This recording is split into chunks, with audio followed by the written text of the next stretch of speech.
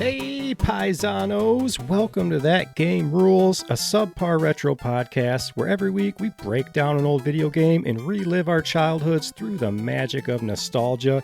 It's a Scuba Steve, the host of this video gaming clubhouse, and thank you so much for joining me here on episode 50.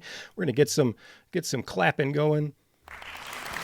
All right, thanks. Hey, welcome to episode 50. I love retro games, and I hope you do too, because this week it's a celebration of one of the cornerstones of gaming, Super Mario Bros. 3, but it's going to be a special Mario and Nintendo love letter of an episode. We're talking everything Mario today, Super Mario Super Show, a Nintendo cereal, Mario McDonald's toys. We'll even touch on the 1993 Mario Brothers live-action movie, and of course, we'll smash through brick after brick of Mario 3 info, but before we hop in that warp pipe and head back to the Mushroom Kingdom, let's see what this show is all about.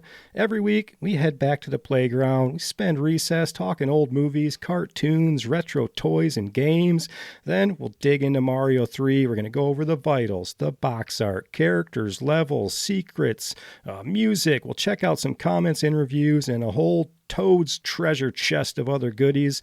Finally, we'll give this game some awards, rank it among the greats, grab our warp whistle, and just head off on to our next adventure. Hey, listener, did you call it the flute back then, or did you call it the whistle? I know they take it from like Zelda. I think the warp whistle is the better term. I think I might have been calling it the flute back then. Maybe you called it a recorder.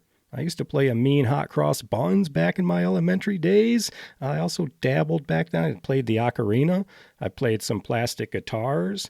I've screamed into that GameCube microphone on the occasional Mario Party back in the day. But you're not here for a terrible music lesson. You're here for a terrible podcast. Email the show at thatgamerules@gmail.com. Share all those juicy gaming memories. Do you have any of those Christmas memories? Opening that brand new system or that brand new game? What about those birthdays? Those elementary overnight birthday parties? Pizza, video games, Nerf guns, Mountain Dew Code Red as far as the eye can see. Send me all those comments. Check out thatgamerules.com, Facebook, YouTube, Instagram, TikTok. I'm on Facebook mostly. That's where the old folks hang out, like me. And speaking of old, I got a nice Mario 3 memory for you before we get into this time warp. If you're wondering about me, I'm just a Midwestern 40-something-year-old gamer dad. I'm married. I got 4 kids. I work in a factory, and I have the most boring life you could possibly think of. I'm a nobody, but I love video games. I'm uneducated. I don't do public speaking. I'm not a comedian or an influencer. I'm literally recording this in my mom's basement, just bringing back that 80s vibe, and it works here. It's all wood grain and no fancy LEDs like you see in everybody else's studios and videos. I just got that nice dull soft yellow we all grew up with, and the tube TVs behind me sitting on that wood entertainment center, just bringing the vibes here. No ads on this podcast besides my fake ones. I'm just here to hang out, spread the love of games, see if any of you guys remember all the weird things that are just floating around in my head. In this case, I got a specific memory of Super Mario Bros. 3. It's back in the 90s. Before every company turned into a depressed adult, McDonald's, they would throw some legit kid birthday parties, a premier destination for kids' parties. They offered an all-inclusive party experience. Celebrations, they were often held in like a dedicated, decorated party room. Even included your own party host, like Chuck E. Cheese style. And you talk about that private room. In the non-smoking section, of course, you can put those little tin McDonald's ashtrays away. We'll get to that. I mean, the secondhand smoke, it's coming anyways. But you walk in that room as a kid, you got balloons, you got streamers, party plates, and party hats. You could pick your favorite chair to sit in. They had the cheeseburger, or maybe it was the Fry Guys, like these actual colored stools you can sit in. And then, of course, you've got, classic things. You got your germ-infested ball pit to go play in the play place there. But they also did some like stupid games and prizes that I remember. And I think I even got a VHS somewhere around here in my mom's house of this birthday party. So there I am. It's 1991. I'm 7 years old, having that McDonald's birthday party. I remember one of the games was stacking empty Big Mac containers, like a tower Jenga type of thing. Back then, they were styrofoam still, I believe. Also, they had like a fry tossing game where you had she taped the fry containers on the wall and you had to like toss ketchup packets in it, almost like an old school kind of Bozo the Clown type of thing there, I guess. And then everybody, of course, you'd all get your Happy Meals. And they even had specialized McDonald's cakes with our clown friend Ronald McDonald on there. Sing the damn song. And then the best part of these birthday parties, it's present time. When you were a kid at those elementary birthday parties and it's present time, you're like sitting on a throne. And you're like, come minions and bestow your presents upon thee.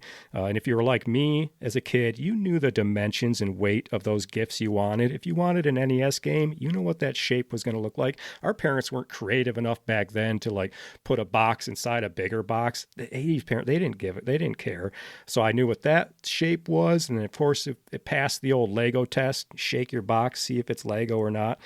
But I definitely knew what those NES boxes felt like. And after a year of renting this game, drooling over Mario 3 and all those gaming magazines, I opened that present, that bright yellow box shining up at me like the Ark of the Covenant, or like that suitcase in Pulp Fiction. And it made me a card-carrying member of the Nintendo fan club for decades. And let's keep the love going. We're going to keep the memories coming as we take a trip back to 1988 before we go full Mario in this week's Time Warp. Let's go! Have enough road to get up to 88. Roads? Where we're going, we don't need roads.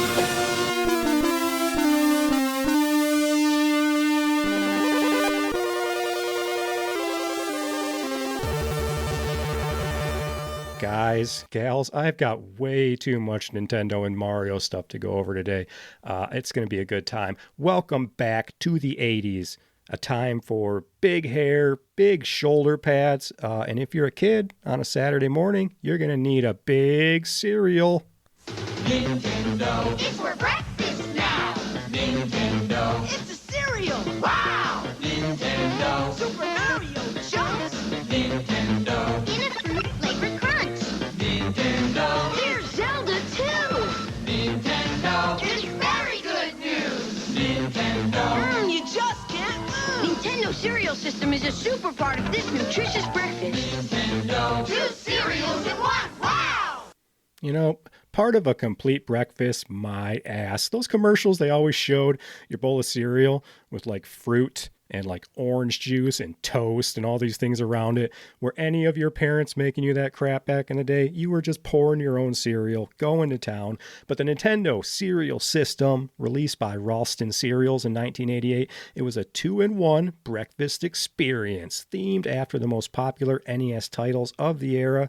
That box famously featured 2 separate vertical bags with individual pouring flaps for each game out of your cereal system there. Just decisions. Were you going to have the Zelda? Were you going to have the Mario? I'm already trying to figure out which color-changing trick spoon I want to use that morning, or which Ninja Turtle cereal bowl I'm going to pick out. So it can't put all these pressure on these kids. But you had your 2 systems featuring Super Mario Brothers Action Series. This bag contained fruity flavored pieces shaped like Mario. We had mushrooms, Goombas, Koopa Troopas, even Bowser in there. But on the other side, we got the Legend of Zelda Adventure Series. Well, excuse me, princess. This bag featured berry-flavored cereal in the shapes of Link, hearts, keys, boomerangs, and shields. I don't remember what they tasted like, those old cereals, but I do know that cereal itself has continued to degrade over the years in terms of quality and prizes. I'm saying this as a 40-year-old man. The cereal box itself looked great. It was almost like a giant NES cart, like box art type of thing going on. And what would a great 80s cereal be without some prizes? Every box included a Nintendo character sticker and Nintendo Power cards on the back. Yeah, it was the old cut them out yourself prizes as far as those cards on the back. But in this case, it was featuring the great Mario 2 and Zelda art of the time. I love the old Zelda art from Zelda like 1 and 2, the stuff in the instruction manual. Same with Mario 1 through 3. The best art, it's in the instruction manuals. It's like the same pictures they use for Nintendo Power, all these kind of things. It's my favorite era of Mario and Zelda art. But some versions, they even came with a Zelda mini pinball game inside. And it's like all you get nowadays is a code from, Cocoa Puffs to go online, go play, some low rent Tony the Tiger mini game or something online. And that's if they're not trying to throw like microtransactions at the kids. The Nintendo cereal was discontinued in 1989, turning those original boxes, of course, into high-value collector's items. If you're looking for those original 1980s boxes, you can get an empty box. They can sell from $300 to $350 on eBay, but you get your rare sealed boxes of dry whatever's left in there, marshmallow cereal crunches. Those sealed boxes, those are going to fetch about $1,000 to $1,500 in recent years. And just like anything you collect, it's only worth what someone's willing to pay for it. So you'd be surprised. While the 1988 version's long gone, Nintendo has released some modern alternatives that all tasted pretty damn gross. Mainly the Super Mario cereal in 2017. And that featured, at least there, it featured a box that doubled as a functional amiibo for Super Mario Odyssey. So I remember that big red box. I'm a sucker for collect. I don't have the room for a lot of things, but I can't help it, especially if it's Nintendo or Mario or Ninja Turtles or these kind of things. I save them and I hold on to this junk stuff. Maybe, yeah, it's just more junk to pass down to my kids someday, I guess. Well, thank you, fake sponsor Nintendo. Please don't sue me. Let's get into some TV shows. It's going to be one in particular, and I hope you know where I'm going with this. Hey, paisanos, it's the Super Mario Brothers Super Show! With the Mario Brothers and plumbing's a game. We're not like the others who get all the fame. If your sink is in trouble, you can call us on the double. We're faster than the others, you'll be hooked on the brothers. Hooked on the brothers. Yo, you're in for a treat, so hang on to your seat. Get ready for adventure and remarkable feats. You'll meet Koopas and Troopers, the princess and the others. Hanging with the plumbers, you'll be hooked on the brothers. To the bridge.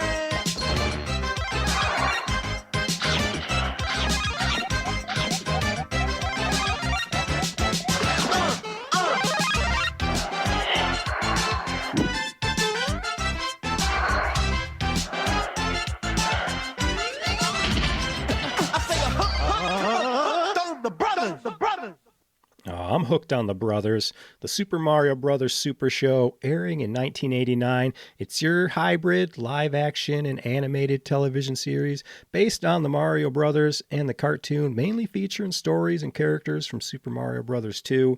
But it did, for the live action segments, it's starring the Wrestling Hall of Famer Captain Lou Albano as Mario and Danny Wells as Luigi, set in their Brooklyn basement plumbing shop, and often featured celebrity guest stars like Cyndi Lauper, Magic Johnson, and Vanna White. But for me, the hypeness, it was the animated adventures. Over there on the cartoon, the brothers travel through the Mushroom Kingdom with Princess Toadstool and Toad to thwart King Koopa. Many episodes are parodies of popular films at the time or historical events, such as Butch Mario and the Luigi Kid. And they do a lot of pop culture references, movies at the time, all those kind of things. I had some episodes on VHS. Still got them around here somewhere. And there was a specific episode. It was like a Roman Colosseum themed episode. I watched that over and over. And yeah, it had the Mario 2 characters. I liked that one because it had the three-headed snake guy. And I liked that. I like that sprite, and I like that from the game. So I watched that episode over and over again. And of course, the kicker, airing on Fridays, The Legend of Zelda cartoon. Well, excuse me, princess. On Fridays, Mario and the gang, they took a break, and the cartoon segment was replaced by a cartoon based on The Legend of Zelda, featuring Link and Princess Zelda fighting Ganon. Of course, that's where that famous "Excuse me, Princess" comes from.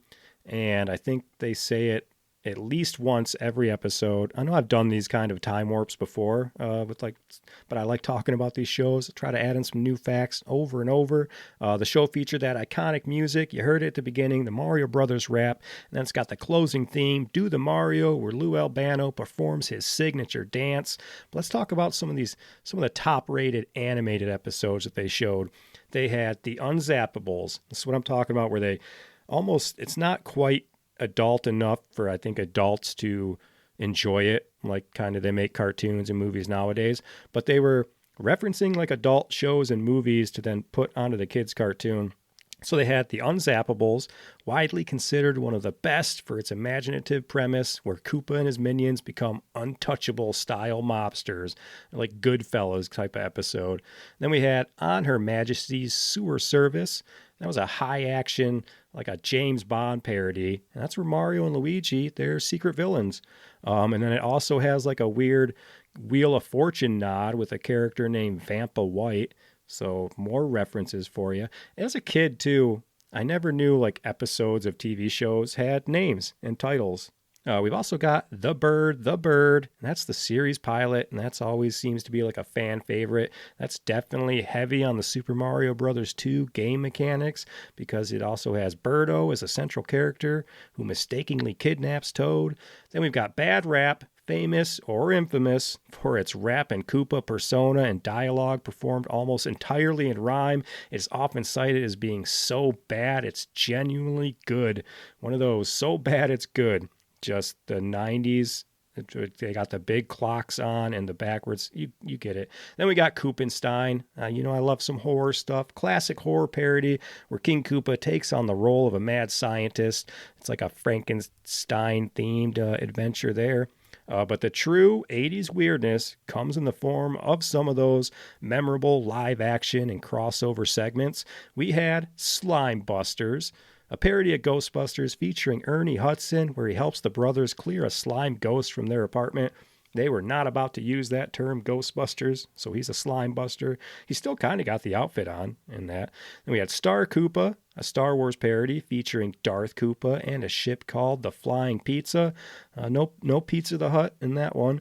And then we had Defective Gadgetry, and that segment features the first live-action appearance of Inspector Gadget as he visits the brothers for repairs. Where did that episode come from? What is Inspector Gadget doing over on the Mario TV show? For that matter, how about hashtag Inspector Gadget for Smash Brothers? Take that one to the bank. We'll move on. We'll get out of our couches. Let's get into the theater. Let's all go to the lobby. Let's all go to the lobby. Let's all go to the lobby to get ourselves a treat. We finally got some Mario movies for us kids and us kids at heart. But that movie back in 1993, you can't even find this thing nowadays. From Hollywood Pictures, the Mario Brothers are out to rescue a kidnapped princess. You better not hurt her! Who will take them out of this world into another dimension. Where are we? Get him! Are you alright? Super Mario Brothers. This ain't no game. Starts Friday, May 28th at a theater near you. All right, 1993, live-action Super Mario Brothers, first ever feature film based on a video game, and would cause Hollywood to not make video game movies for like 30 years after this. Starring Bob Hoskins as Mario and John Leguizamo as Luigi, follows the Brooklyn Plumbers into a dystopian parallel dimension called Dino Hatton to rescue Princess Daisy from the ruthless President Koopa. Daisy being played by Samantha Mathis, and President Koopa, of course, Dennis Hopper. He's a great villain in all the movies he's in. Some of the key movie details: released May 28th in 93, produced on a budget of about $48 million, was considered a financial failure because it grossed only $38 million. Yeah, the theaters, they're taking a bunch of money. There's advertising. So this thing lost tons of money.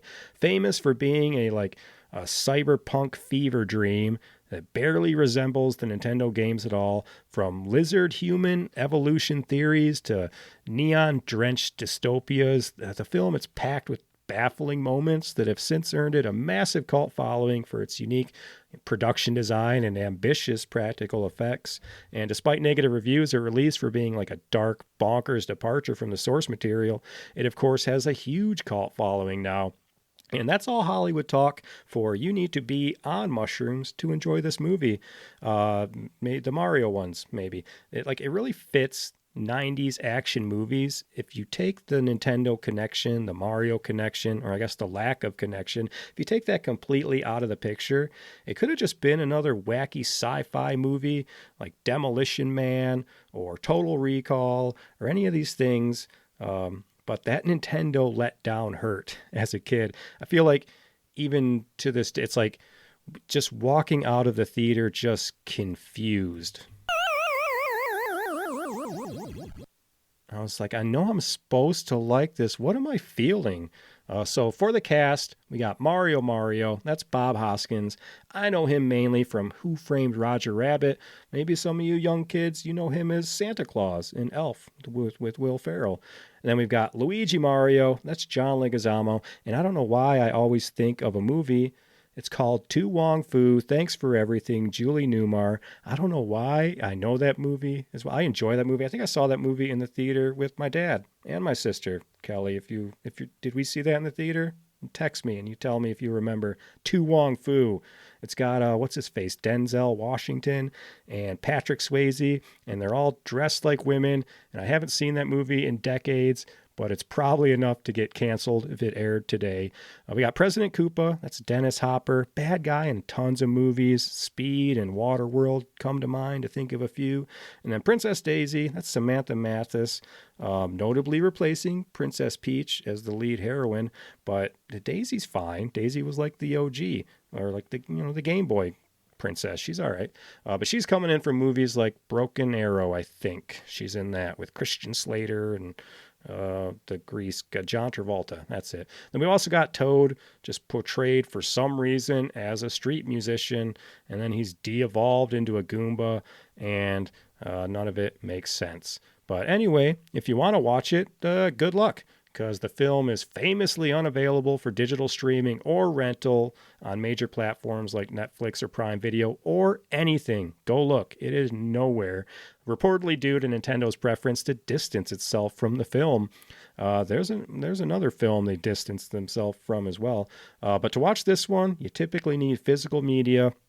However, I did find an extended fan cut of the film to stream for free online, so search for that at your own risk. I don't know what's extended. There's like unfinished scenes put in, but they're pretty nothing. It's like an extra 3 seconds of the girl walking down a sidewalk. So, but the movie's there. Let's talk about some of these bizarre scenes. We've got the Goomba elevator dance. In one of the film's most deranged moments, Mario and Luigi find themselves trapped in an elevator with a group of Goombas, which in this movie are 7-foot-tall reptilian soldiers with tiny animatronic heads. Luigi realizes they love music. He starts a synchronized swaying dance to distract them, allowing the brothers to escape, just like in the video games. You got the Mario reveal. While being interrogated at the police station, the brothers officially reveal their full names as Mario and Luigi Mario. This logic-defying moment was intended to explain why they are called the Mario Brothers, but it turns out it's just dumb. Then we got Big Bertha the bouncer. Instead of a giant red fish, the movie's version of Big Bertha is a big lady, a big bouncer lady at the Boom Boom Bar wearing spiked fetish attire for some reason. She steals the meteorite fragment, but then later helps Mario by using her power boots to punch him through a ceiling. Mario, of course, to obtain that meteorite fragment, has to stick his face right between Big Bertha's big tatas, I guess, because this is a kid's movie, and also how he defeats Big Bertha in the game. We've also got the de-evolution of the king in a scene that almost leans into like body horror. We've got King Koopa using that de-evolution machine to transform Dissenter into a loyal, tiny-headed Goomba, and then at the end of the film, Koopa himself is de-evolved, turning into like a slime-covered T-Rex raptor thing before melting into primordial goo. And then we've got the trust the fungus escape. This one at least is kind of like the games. Mario and Luigi discover that a sentient citywide fungus spreading across Dino Hatton is actually the de-evolved former king. And in several scenes, they have to they have to trust the fungus to catch them or provide items, including the Babam. The one thing in the movie that looks like anything from the video games is like 1 second of a tiny Babam. But in that case, like I said, the king's gone. He's like the fungus, but the fungus in the movie is like boogers and weird stuff everywhere. It's weird. How much coke were these guys doing? And how little did they play Mario to come up with some of these ideas? But if you thought it was just chaos on the screen, behind the scenes was a mess as well, because the movie was reportedly so stressful that lead actors Bob Hoskins and John admitted to drinking heavily on set just to get through the day. And this led to several on-set accidents, including a scene where Leguizamo accidentally crashed a truck, one of those go-kart looking, bumper car looking truck things they got, and he broke John Hoskins' finger, so that happened. Now we know. And knowing is half the battle. Don't drink and drive in Dino Hatton. Did they have McDonald's down there? Did they have Dino Donald's down there? Hit up the old Dino drive-thru, because now we're talking toys, and I'm talking about the Super Mario Brothers 3 Happy Meal set. Came in the box like it should, not those weak-ass Happy Meal bags they have nowadays. It's Mario! Look, Ronald, Mario's mystery block makes him big. And my magic box makes us lunch. What's in McDonald's Happy Meal? One of 4 Nintendo Super Mario Brothers 3 toys. A Mario toy that jumps, or an acrobatic little Goomba, a pullback Luigi, or a hopping Koopa Paratroopa. One toy with each Happy Meal you buy. Ronald, I don't want to know what's in your Happy Box, or whatever you're talking about. That was Ronald and Grimace at the beginning there. But it's a landmark promotion released by McDonald's in 1990 to celebrate Mario 3 finally coming over to North America, and it's famously remembered as Nintendo's first major fast food tie-in and featured toys with unique mechanical play features. Let's talk about that core toy lineup. Shut up and take my money. We had 4 toys. We had the Raccoon Mario figurine that uses a spring-loaded base and a suction cup to jump up after being pressed down. And then we got Luigi, depicted sitting on a cloud holding a Starman, features a pullback motor that allows it to zip forward when released. Then we got the spring-loaded Goomba that performs a backflip when pushed down and released. And then we got the hopping toy Paracoopa that came with a detachable air pump. Squeezing the pump caused the figure to bounce.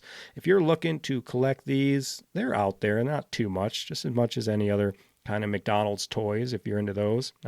We're not talking changeable prices here on eBay, but I know with that hopping toy Paracoopa, it's like that air pump. It's hard to come by. That's the thing that would get lost and stuff. So if you're picking and you're looking for that complete, make sure you're picking up that air pump. But beyond the standard 4, there are a few items highly sought after by collectors. They have the 5th toy, like McDonald's always does. They have specific toys for kids under 3 that you have to ask for at like the drive-thru and stuff.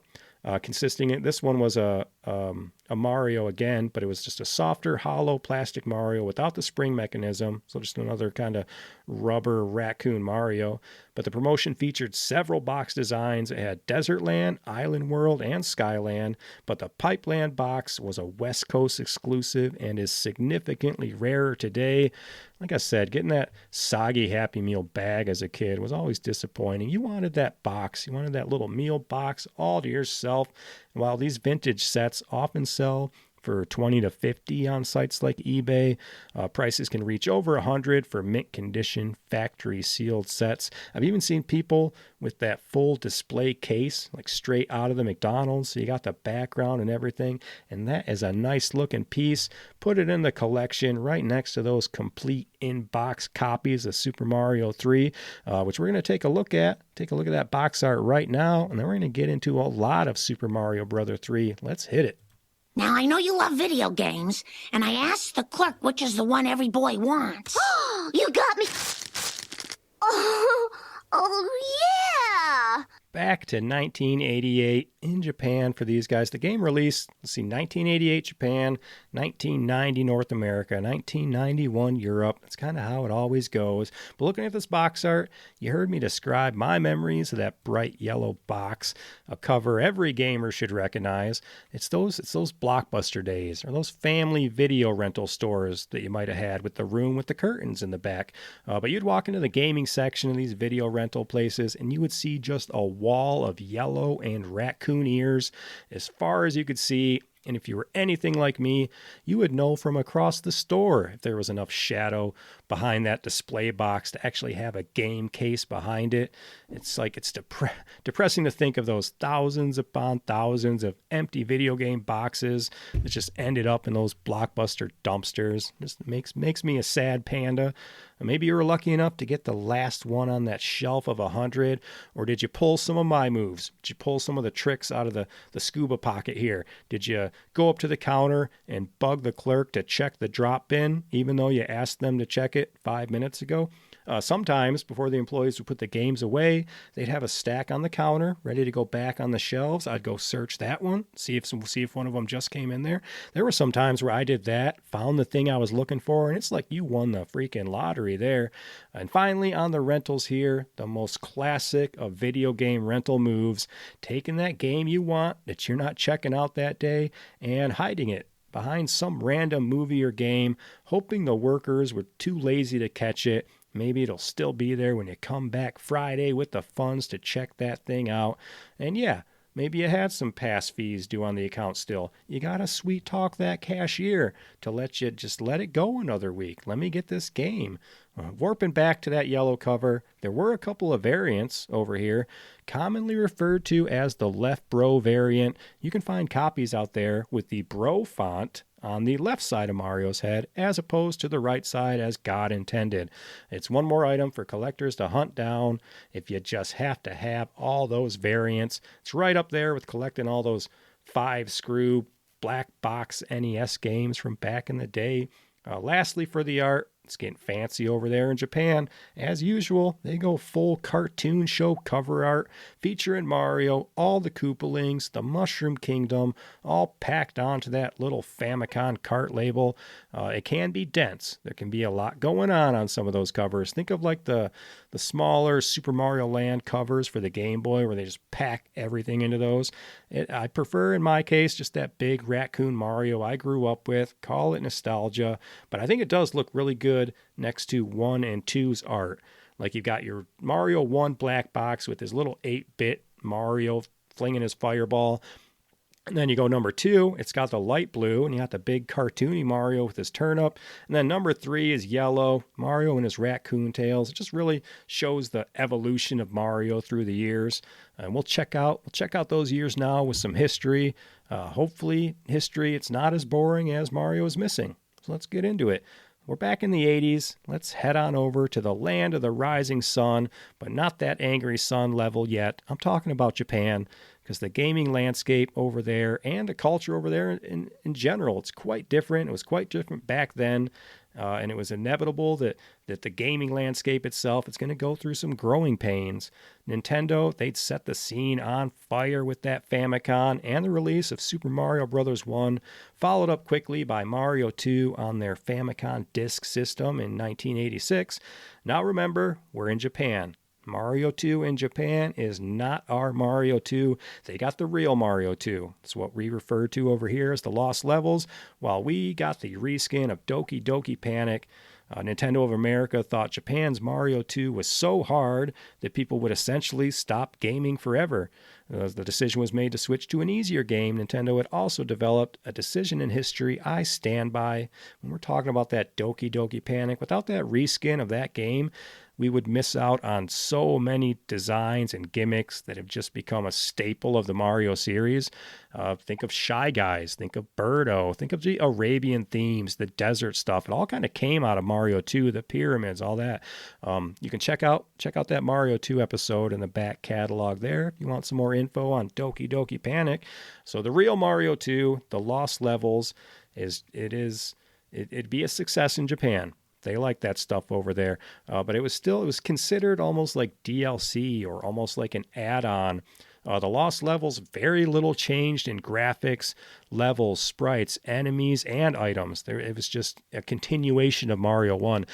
The only significant change was the insane amount of difficulty, because there's no learning curve in Lost Levels. It's like a learning ramp that just chucks you off the cliff, like Homer jumping the Springfield Gorge. I'm gonna make it. I'm gonna make it. This is the greatest thrill of my life. I'm king of the world. Woohoo! Woohoo!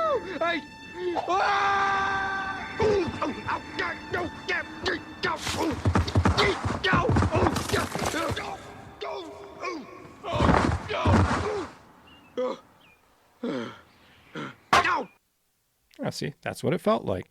And so they could predict. I'm going to get a little more into Lost Levels a little later here, but they could predict like gamer burnout coming already, and they knew they couldn't release just another Mario game with new levels and difficulty when it came to designing Super Mario 3, and it really makes me wonder what could have happened to gaming if they had released Lost Levels in North America instead of Doki Doki Panic. Lost Levels essentially picks up right where Mario 1 ends, so it feels like you just jump right into World 9, and then it just gets harder from there. They release punishing items like the poison mushroom and more bullet bills than you can count. Like, Lost Levels is definitely no kiddie game.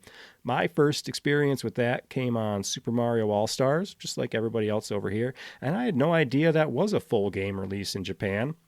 On that cart for Super Nintendo, I just thought it was exactly that, just added levels to that. For that in Japan, for Super Mario 2, they even labeled those carts over there with a tag that said for super gamers. So it's definitely not a beginner's game. But also here in 1986, Nintendo isn't the only one to see dollar signs in the future of video games. After they saw the popularity of Mario 1, PC Engine, they were developing a system that would eventually become the TurboGrafx 16, I think. The personal computer market was looking to cash in as well. And Nintendo was also keeping a close eye on another up-and-comer, a little piece of game and tech called the Master System, a new name in the gaming landscape, Sega. Rumors of Sega and their new 16-bit Mega Drive, or Sega Genesis over here, forced Nintendo to make some choices. They were still years away from their 16-bit system releasing to the public. They needed to offer something to the masses to stay relevant, and they weren't ready to give up their status as top dogs in the gaming world. At one point, Nintendo held like 90% of the entire gaming market right before the console wars kicked off. And it's time for Nintendo to make like Michael Jordan in Space Jam. We've got to assemble our dream team, our own Toon Squad of middle-aged Japanese men. Together they form Voltron, and when you combine their rings, they summon the power of Captain Planet. That's too many references. But let's get into the development here. We'll see how Nintendo made something that would cement video games into the mainstream forever. So it's time to tear down some brick walls and reconstruct the Mushroom Kingdom from the ground up. Hey, listen! All right, we're back. We're back to Japan in 1986. The fact that Mario 3 was going to be made was a no-brainer, but the team knew they couldn't just make more levels. If Mario is considered the Mickey Mouse of Nintendo, then game director Shigeru Miyamoto was definitely the Walt Disney of the company. They both worked crazy hours. They had an immaculate attention to detail. They chain smoked like it was going out of style. But most importantly, they understood what it meant to design something fun. A simple word, a simple concept. And at the end of the day, it's the only real goal that matters if you're designing a game or a theme park.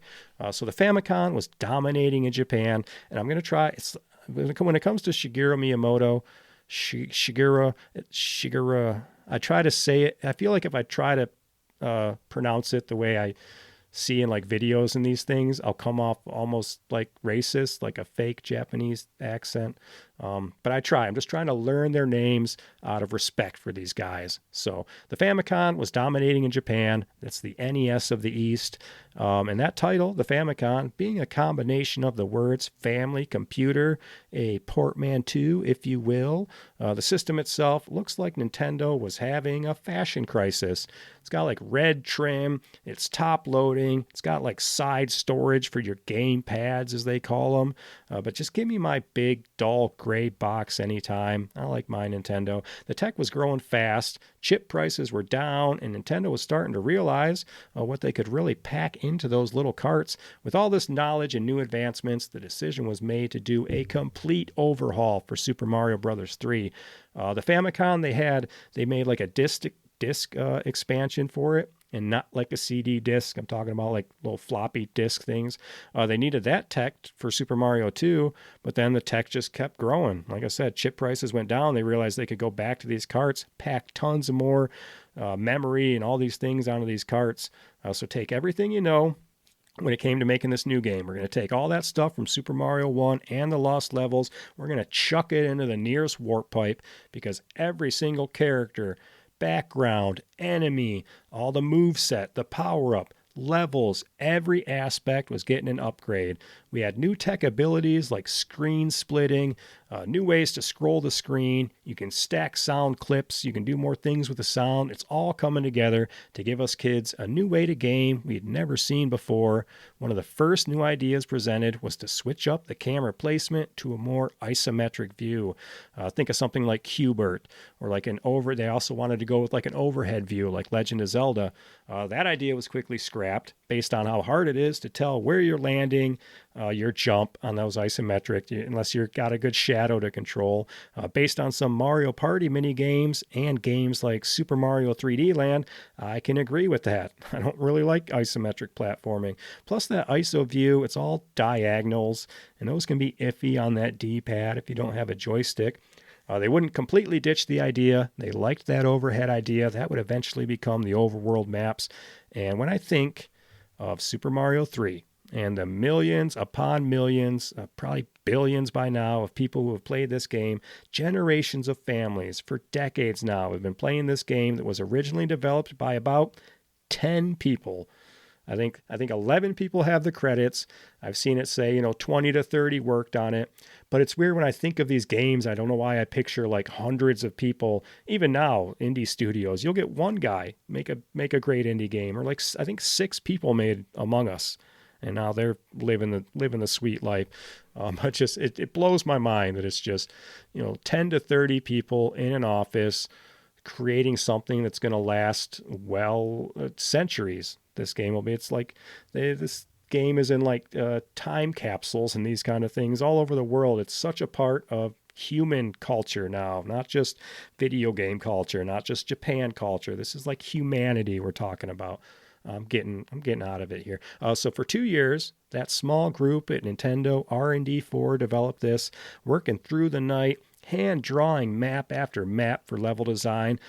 Director Takashi Tezuka, that's the right-hand man of Miyamoto, the Luigi to his Mario, made the decision to rework everything from the first Mario games. His challenge: to create a game using old characters while making them feel fresh and new.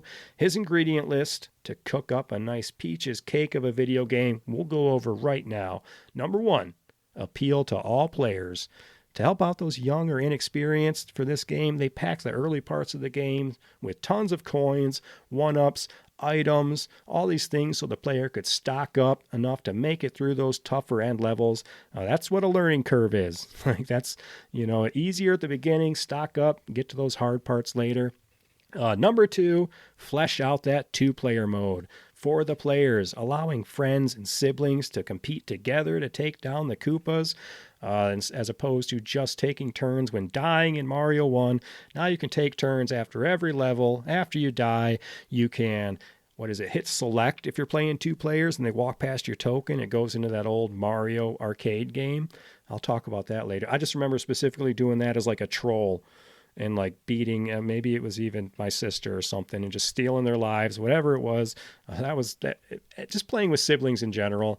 I am so thankful I have a sibling for many reasons, but just from the memories of growing up. It's just I have no idea what it's like to not have a sibling and or I guess to be like an only child. It boggles my mind, and because obviously I had a plethora of kids too, so they'll know what it's like to have siblings for sure. Anyway, number 3, new power-ups. Miyamoto still had a dream. He had a dream of a plumber named Mario riding a dinosaur. He wanted that since Mario 1.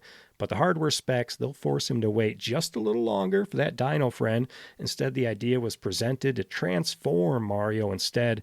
Another idea that would follow Mario forever. I love it. I love when, it's not a mistake, but I love when things that weren't planned turn into the best things ever. It's like, just think, if Yoshi ended up in Mario 1, we may have never gotten Raccoon Mario, Frog Suit Mario, all these things. But I see that. So I'm wondering, Adventure Island 3, I know you're riding dinosaurs in that game, and that's an NES game. So it makes me wonder if it came out maybe later than this, or maybe they're doing a lot less in Adventure Island than they are in the Mario games. But we'll go over those power-ups later. I'll drop some Tanuki knowledge on you. But we'll move to number 4. With new power-ups come new abilities. Mario can do more stuff now. He can slide down hills. That was brand new. And how fun was it as a kid to slide down that hill on your butt and just taking out Goombas? Now you can pick up and throw shells. That was new. You can whip your tail to take out Goombas. And of course, the biggest, take into the skies via that raccoon tail. Mario can fly now, and it's going to continue forever. And then number 5, new enemies. Brand new enemies along with variants of existing baddies like your Goombas, your Koopa Troopas, and your Hammer Bros. Because of all this new hotness and Nintendo's inability to half-ass their games, the project was pushed back 6 months in Japan. Say what you will about Nintendo. Say their games are easy. Call them the kiddie system. Call them a toy. But to this day, for decades now, Nintendo does not release unfinished games. Opinions aside, every big Nintendo release is polished, tested, and usually pretty dang fun, whether or not you think it's easy.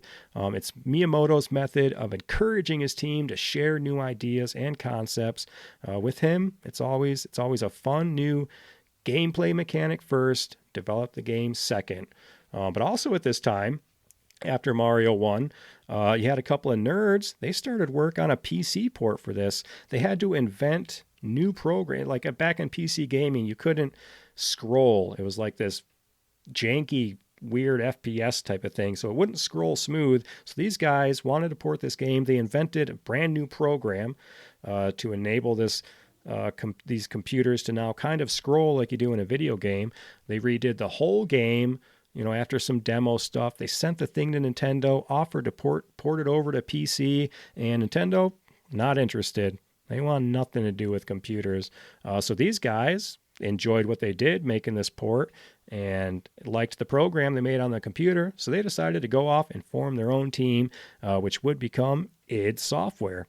So these guys went off, formed their own company. They're out there, they're making Wolfenstein. They're going to go make Doom. They got better stuff to do now. You could have had a good team, Nintendo. But needless to say, Mario Mania was everywhere. Let's just check out what happened to the release of Mario 3 onto the masses. So back to 1988 Japan. Japan, their culture fascinates me over there. So the Famicom, it's still selling well, but gamers have started to notice some other potential options. Looking at you, Sega. So Mario 3 releases in Japan, and Mario Madness was back in full swing. Mario was everywhere. T-shirts, toys, snacks, lunchboxes, sleeping bags. They even released a soundtrack of the original Mario music with actual voice singing added in, and that thing was at the freaking top of the charts in Japan. Take a listen to this.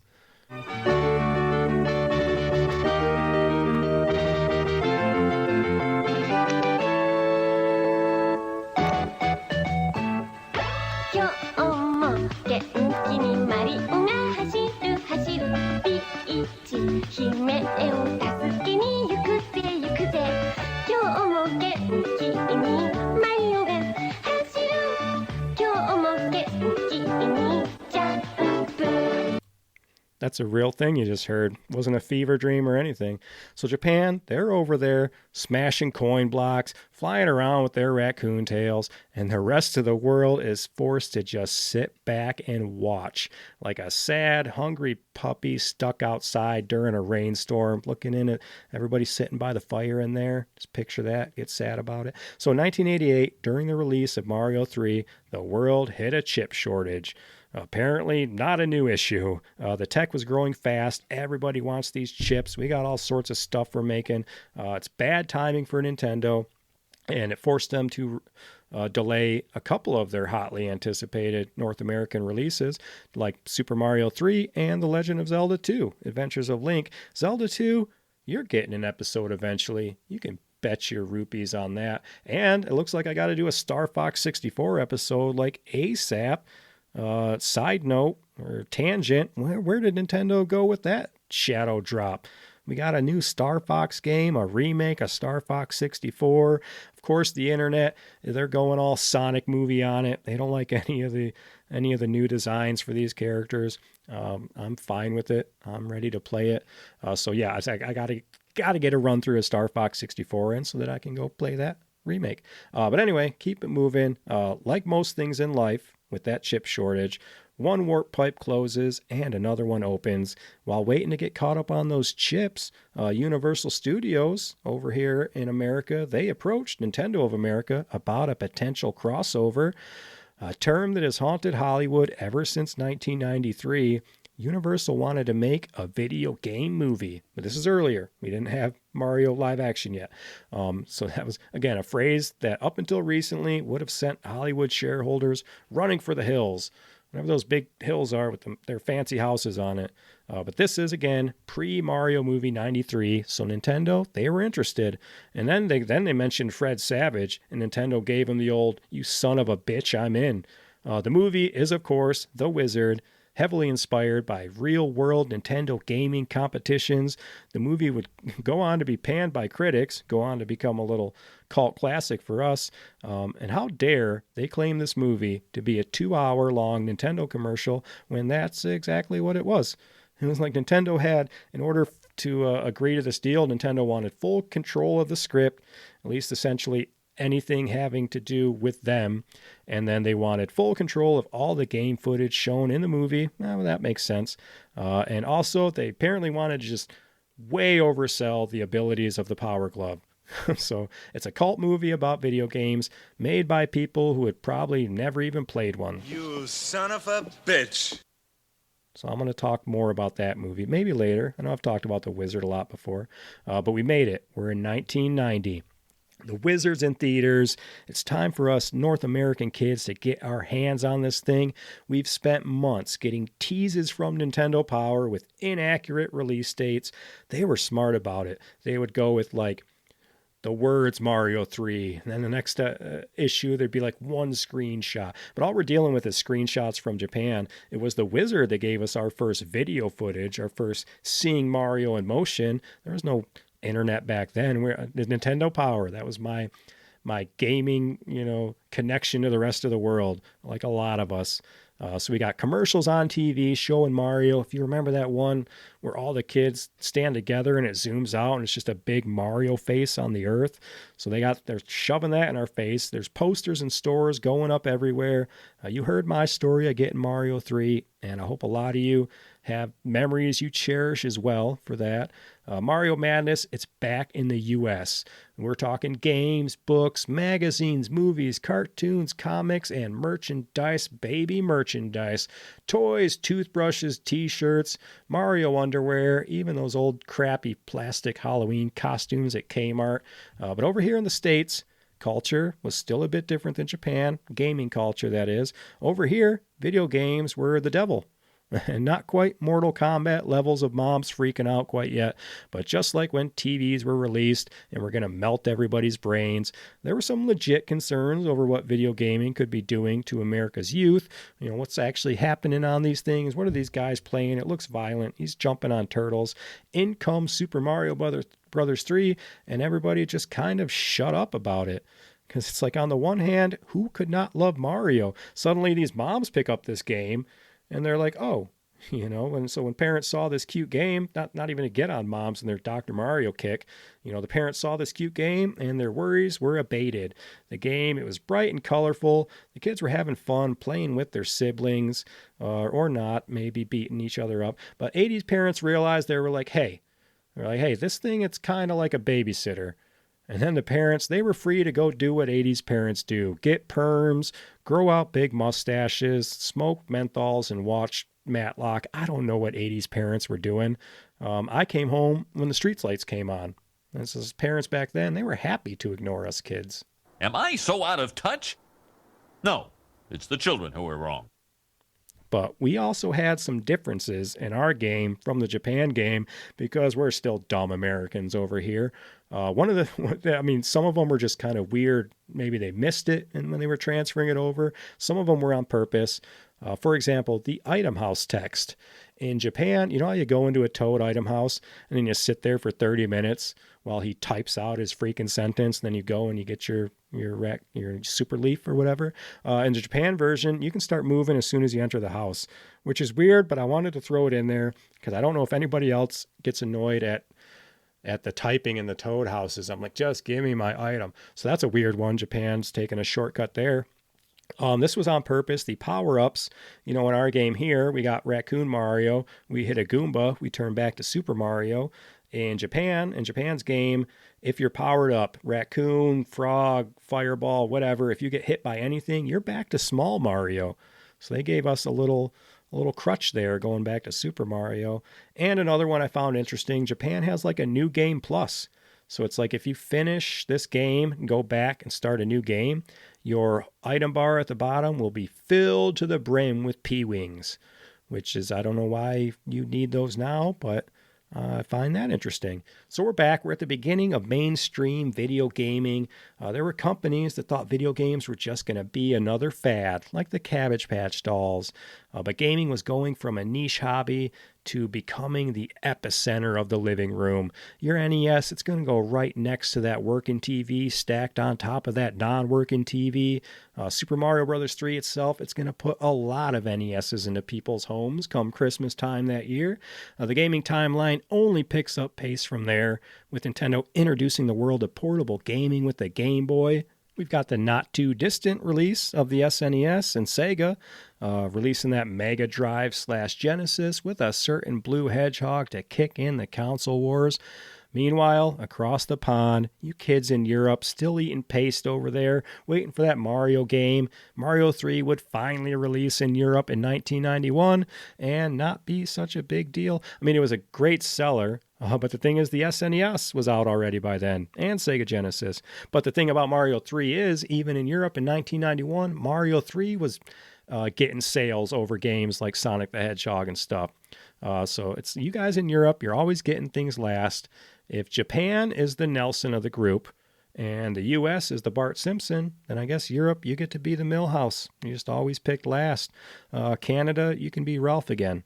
But don't feel too bad for Europe. You guys got a lot of weird games. You got an NES port of The Lion King that was trash, but you still got it. A lot of times I come across NES games. I mean, nowadays you're like, oh, is it AI? Is that fake? But even like back then, just being like, that's weird. I've never seen that over here. And it turns out Europe on the PAL system and these things over there, they were getting different games here and there. But with the developments mainly in Japan, us kids over here in the U.S. and Canada, I love you guys up there. We're the ones playing hardcore.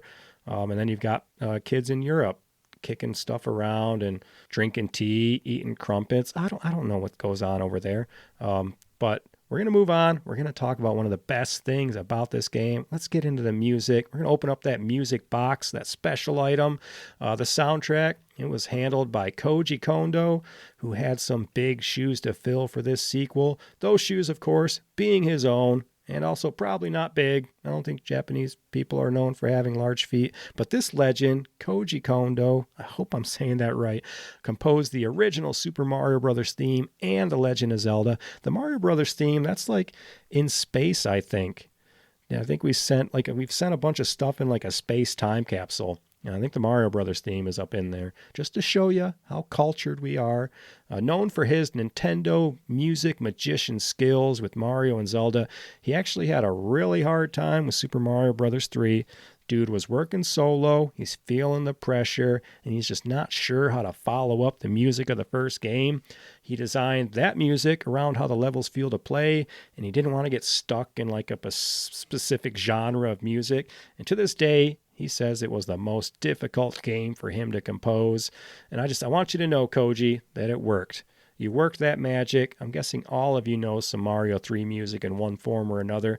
The team also decided on that no music for the intro screen, and that kind of matches the theme of Mario Brothers 3, like in general.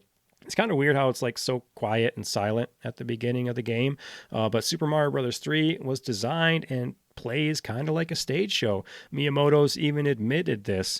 It's got like the opening curtains at the beginning. You got layered backgrounds with shadows, things hanging from what looked like the ceiling, things bolted to what looks like a set, like making the platforms look like part of a stage set. And of course, finishing every level by literally walking off of a stage exit. It gives that like a fun, cutesy vibe. It get like there's no, nothing real. Everyone was just having fun. It's almost like a Mario Party. Add in that upbeat, funky music, and you just get the epitome of 8-bit platforming. We're going to listen to some more of that music, but it's going to have to be next week. I am running out of time here. My little timer at the bottom of my screen here, it's running out. I'm going to have to pick this back up next week. But listen, I've got a lot to go over. We're going to go over power-ups, Koopalings, world maps. I'm going to rank my favorite worlds.